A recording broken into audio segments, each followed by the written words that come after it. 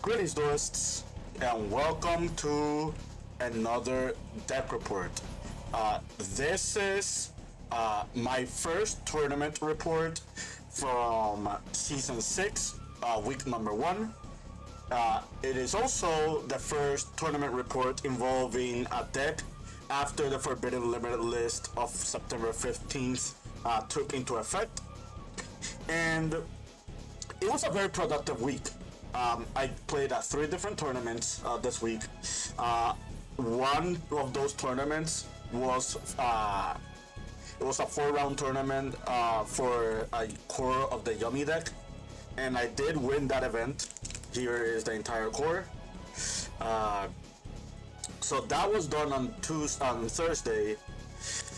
On Saturday, I played at the Doom of Dimensions Sneak Peek tournament, and we did win the mat. Here's the mat to prove it. Really cool mat. And then there was another tournament on Sunday. That one was with a different deck, and the results were not well. But I will make that deck report very soon after this one. So, what did we play for the past week? So, if you're already looking at the screen and you're looking at the title, you already know what I'm now about to profile. This is Super Quantum Maliss. Before I get to the deck profile, I will talk about how did I reach the conclusion of playing Maliss again.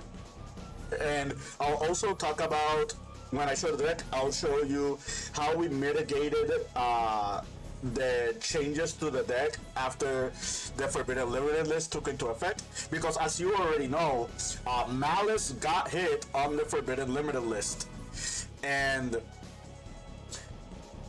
a lot of tuning needed to be done in order for this deck to thrive.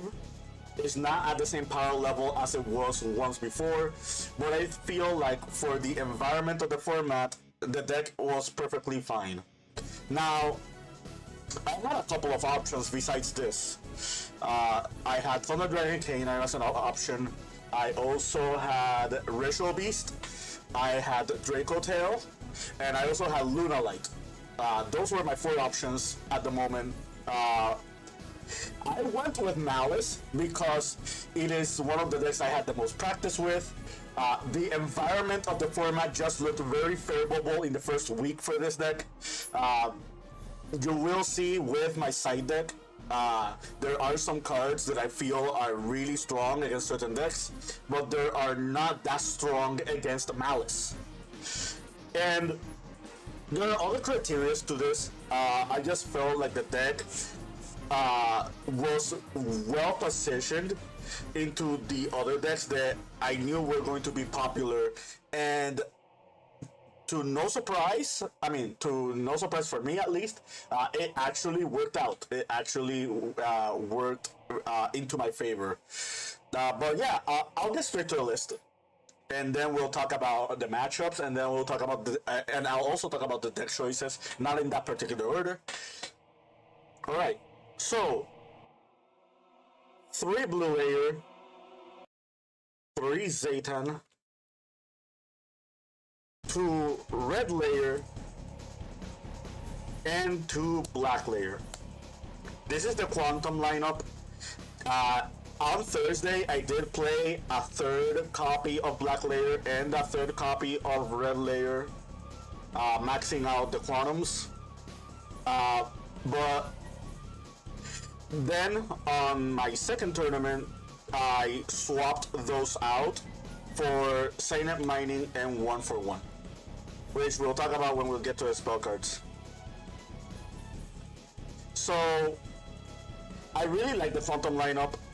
I think so. I maxed out on Zaytan and blue because these 2 cards are 1-card combos for your entire setup.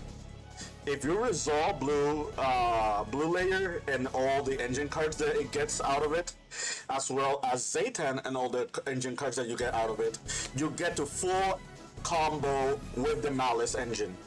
And one of the best parts about all of this is The Zaytime combo does not play into Droll and Lockbird, and the blue layer combo does play into Droll, but you can still do the full combo even after you get Drolled. Which is really cool because Maliss was already known as a deck that wasn't that strong. Droll was not that strong against to begin with. So just having a secondary engine that can pivot into your Maliss engine that just doesn't lose to that card makes it very favorable for you. I actually had opponents that did side Droll against me, and I asked them like, why did you side the Droll? And they were like, we don't know if it was good enough against the Quantum engine, and also they were afraid of me gaining too much card advantage with stuff like Chessy Cat, Red Ransom, MTPO7, so on and so forth. So I don't regret this lineup. So black is here because even though black is not needed for any of the combos involving this deck, black is really good insulation against like your opponent's interruptions. This card is also really good against Canine strategies and Draco Tail strategies and strategies that just play on turn 0. This is a turn 0 hand trap as well. Also, when you're pushing through boards, this card also makes it so you can just try to plow through your opponent's interruptions before just doing your Maliss combos. So I don't regret this choice. I think that will stay in the deck. So 10 Quantums. So Maliss, we got the 1 Dormouse, rest in peace, 1 Chessy Cat, 2 White Rabbits, and 3 Marsh Hares. So we lowered the amount of Chessy Cats. The main reason for that is we're no longer playing Allure of Darkness in the deck as well. I just felt with so few Maliss names, Allure was not like super favorable for me. Yeah, I know that you can banish like Black Layer with Allure of Darkness, but again, this goes back to what I was saying about how this deck is very resilient to Droll and Lockbird. I just didn't want to give my opponent an excuse to play Droll or to use Droll against me. Also, Allure can be Dominus Purged, which is a very, very popular because of the Yummy strategy. So yeah, that's it for that, for Chessy Cat. I've still got to play 2 White Rabbits. Spoiler alerts, I'm not playing TB11 in this list. You will see my traps very soon. With TB11, Rabbit is a 1-card combo, but I just didn't want to risk breaking with that card. My main focus was with the Quantum engine, not the Maliss engine. But my tournament results, funnily enough, were very different. That being said, I think I'm happy with this lineup. I'm still gonna max out on Marsh Hare. Marsh Hare is just one of those cards that I kind of always want in my hand. Like every time I do my Maliss rotation, I want a Marsh Hare to always be in my hand at some point. Because this is the card that's just gonna keep making you play the game mid to late game. So yeah, that's it for Maliss. 7 Maliss in total. That's it for all the monsters. We're not playing hand traps besides the Black Layer and a few other cards. We are playing a lot of breakers.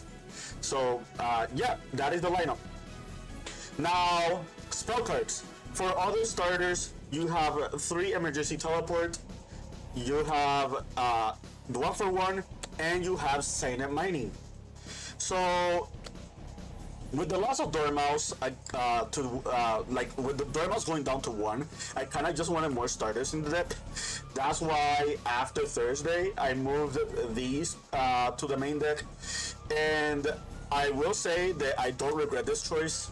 I did draw Signet Mining a few times, and I don't dislike Signet Mining because even if this doesn't get Dormouse, this can just grab Marsh Hare. And Marsh Hare, again, really, really good extender, just to play through your opponent's interactions. Depending on how your hand looks like, this can grab Chessy Cat, This can grab the Dormouse that you can use later on. Uh, it is a -1 that plays into Ash Blossom, but like this deck is already good into Ash Blossom anyways, so that doesn't hurt me that much. 1 for 1, pretty much the same deal. This can summon Zaytan, and Zaytan is full combo, and this doesn't get rolled, so it can get forward, which is a bit of a shame. But again, this deck can make half boards that can play through your opponent's engine even if you get forward. So these were my 5 starters. Would I keep playing these again? I'm not sure. Teleport is a staple. This summons Blue Layer, so if you do the right count, you have 12 1-card starters in this deck, with the 3 Zaytans, the 3 Blues, the 1 Dormouse, and these 5. 12 1-card starters is actually not bad, especially for a Maliss deck, which Maliss is not typically known for having that many starters to begin with. Alright, so extenders, you got the 2 Undergrounds, you got the Gold Sarcophagus, and you got the Layer 19. So yeah, so these are all Maliss extenders. These can be used without needing other cards, but these are not real 1-card starters anymore. This is why you don't see Terraforming in this list. Like, with the hit of Splash Mage, Underground and Gold Sark need another monster if you want to full Maliss combo. So Layer 19 is an engine requirement. You can search this with Blue Layer, you can search this with Black Layer, and this just facilitates your combos. And not only that, this also helps play through your opponent's interruptions with your Quantum cards, because the Quantum monsters all provide really good recovery. Layer 19 also can summon Super Quantum Black, which can make either this or this. So yeah, I don't regret playing Layer 19. This should be a staple if you're playing the Quantum engine, at least one of. This also makes the Zaytan lines a lot better too. Alright, so that's it for the extenders. Breakers, we got 2 enemy controllers, 2 droplets, 1 talent, 1 cold buy. I do count Maliss in the mirror as a breaker, although it is an engine requirement. And I guess I'll show you the rest of the cards. We have 3 Dominus Impulse and 3 Imperms, which are hand traps, but these also function as breakers. So if you make the count, it is 13 breakers. This paired with the 2 Black Layers, that puts us at 15 on engine. Technically 14 if you take out the Maliss in the mirror. Which is actually, yeah, it's 14 without Maliss in the mirror, 15 if you count Maliss in the mirror. But Maliss in the mirror is an engine requirement, which I think it was pretty alright. I think this is a really good number.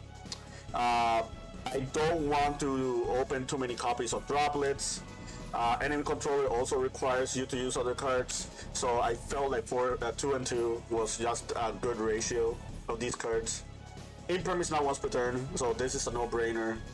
This is also really good against stun monsters if you go second, like for example the Magistus Draco Tail deck, and against Herald of Arclight with Yummy. Dominance Impulse. This is one of the main reasons I played Maliss, besides any other deck. Any deck that can play Dominance Impulse is a deck to be considered this format. This card is ridiculously strong as opposed to past formats. Like, just negating a Snatchy, like from clearing you the board if you have this on grave, or just clearing Yummy Synchro when they tag out, is all really strong. This also stops like a lot of really cool other interactions that are kind of important. This also stops the canines from like doing their offense on your turn. Like, yeah, I don't think I need to talk about how great Dominus Impulse is. I paired it with Imperm. So post Doom of Dimensions, K9 unit Noroi is going to be very popular, and these cards all stop Noroi without the fear of running into another K9 extender, and that's really really important because deck building is going to be super crucial after Doom of Dimensions becomes legal. That's why you don't see more Charmies in my main deck, and you don't see like other hand traps in my main deck. Alright, so that's it for the breakers. And the last card in the deck is the MTPO7. So you could play TB11, you can play GWC. I am citing the GWC, but I opted to my deck to be as optimal when going first and going second. So I pretty much just made sure that the deck did not break enough times, and it worked. I almost didn't break a single time with the deck. The deck actually overperformed this week. Yeah. So I don't regret my choice of only playing MPPO7. I will experiment with other Maliss ratios in the future, but for now, this is exactly 40 cards. And I actually felt very, very satisfied with all the numbers.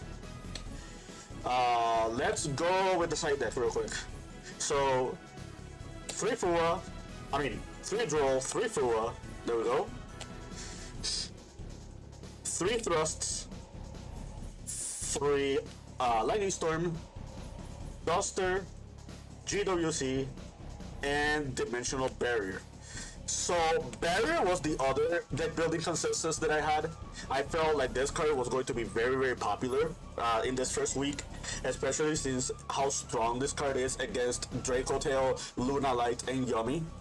So by me playing Maliss, I'm playing a deck that really doesn't lose to Dimensional Barrier, and that's really good for me because you need a deck that's really strong going second, post side deck. And Maliss is just one of those decks where historically was not good going second, but the non-engine that we're compensating in this deck is good when you're going second. That's why I really like the Quantum engine in this deck. So yeah, these cards are when you're going first, alongside the Thrust. I didn't main Temperable Tactic Thrust because it is a card that really doesn't give you the most benefits when you're on a game one. Like in hindsight, this card should be almost a staple now, especially since I'm playing breakers. But I don't know. I just didn't feel right with Thrust in the main deck. You could make the argument that this could be the replacement for the two one-of starters. But yeah, I do feel like Thrust should be in your main or side deck in some shape or form. Lightning Storm. So this card came back to 3 on the Forbidden Limited list, and I don't know how I feel about this card.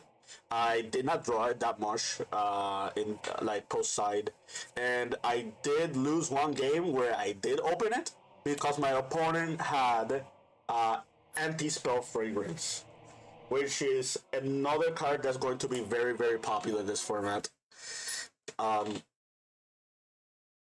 Especially with Sullen Judgment Limited, this card is probably gonna be like the next staple side deck card for going first, which I really don't like because as you've seen with the deck, I'm playing a lot of spell cards. So I don't know how I feel about Lightning Storm yet. I do want to play Cosmic Cyclone.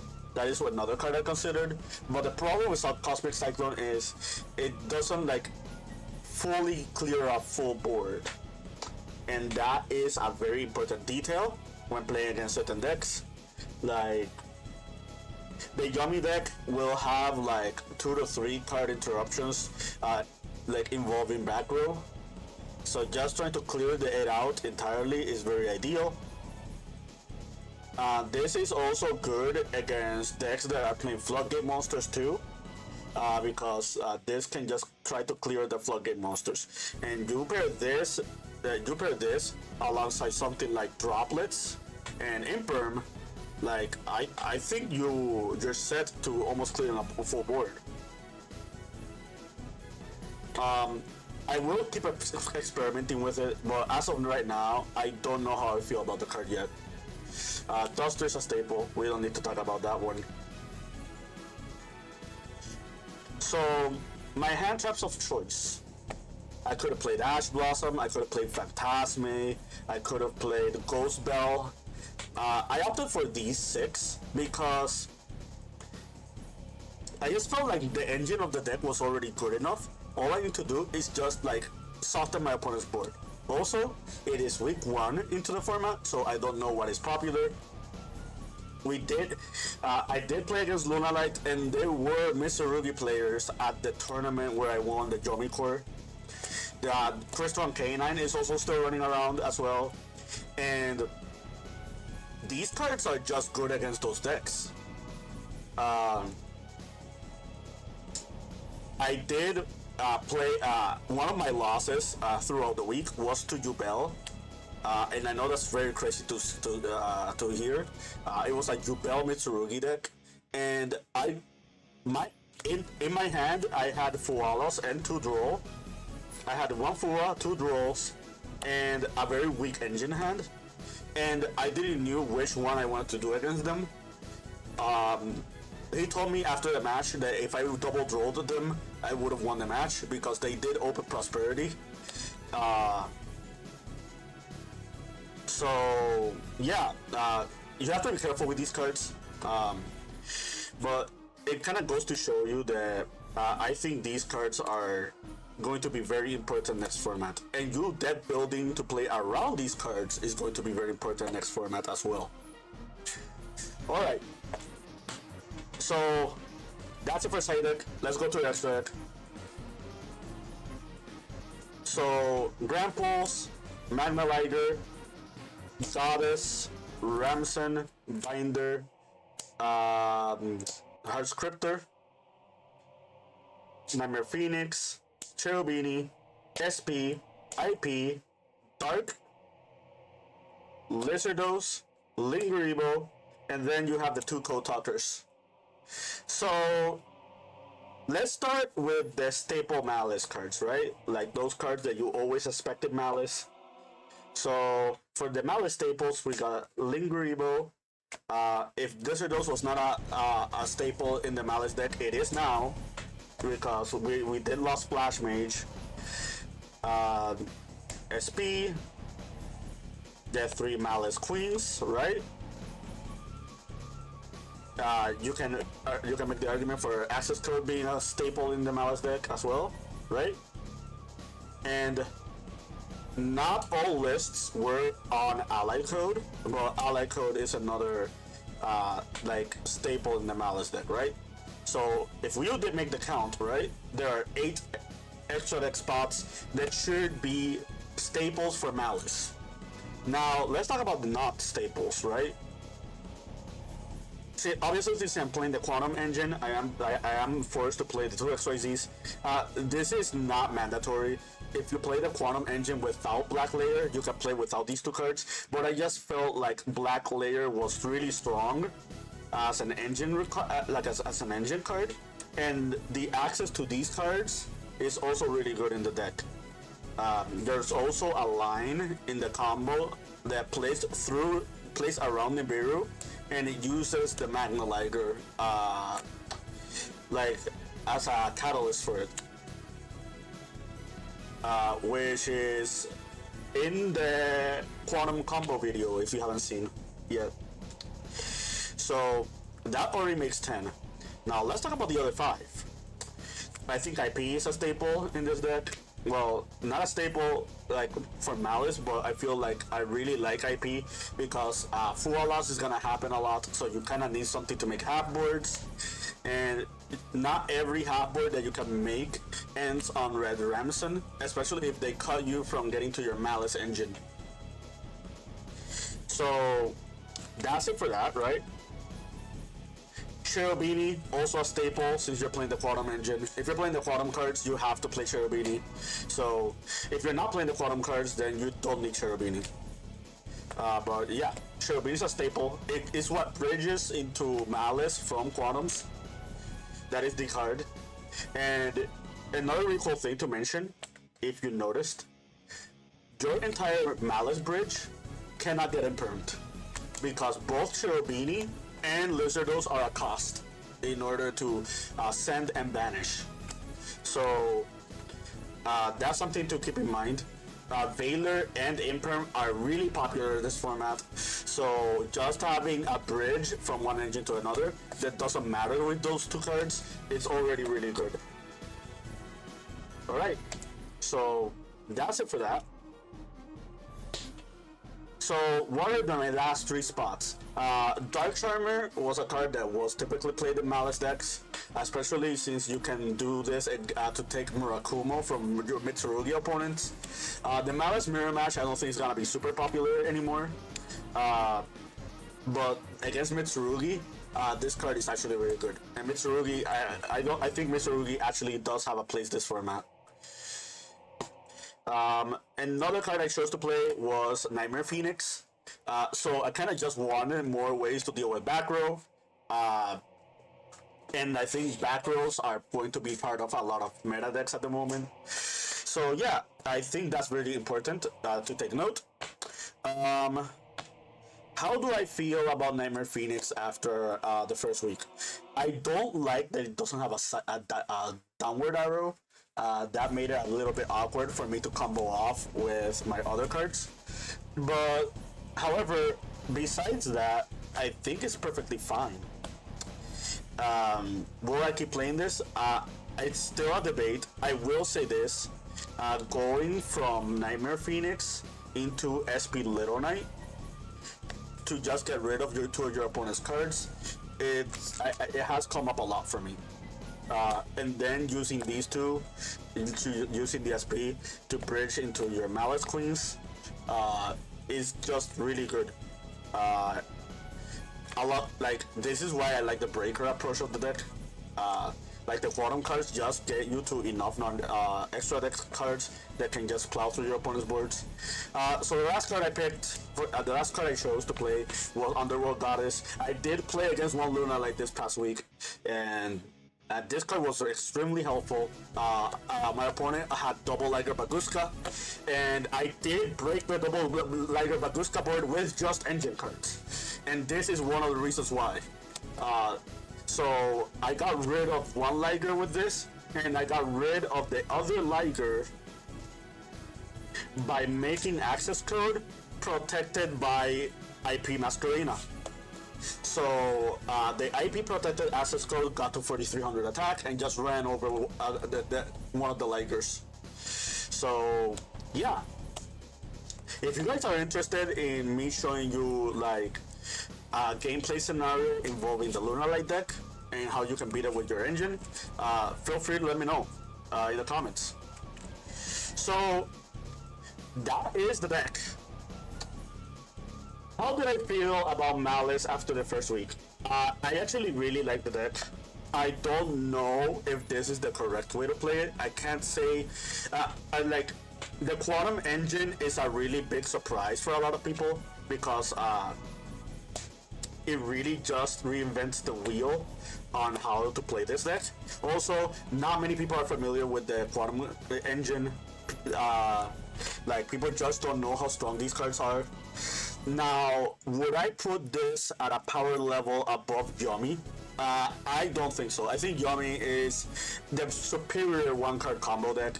However, this deck can play a lot of things that the Yomi deck cannot play. Also, it plays through. It plays better into cards like this and this. So yeah, those are the things to consider. I feel like this format is not about who plays the better deck, is who can play better, interacting with your opponent, and the card knowledge behind the matchups. And I feel like as long as people don't know how the quantum engine works, this deck will always have an uphill advantage against your opponent. So Malice players, if you are considering this deck for the next format, I can totally vouch how good this engine is. But yeah, that's it from me. More videos coming soon. Keep practicing and keep dueling.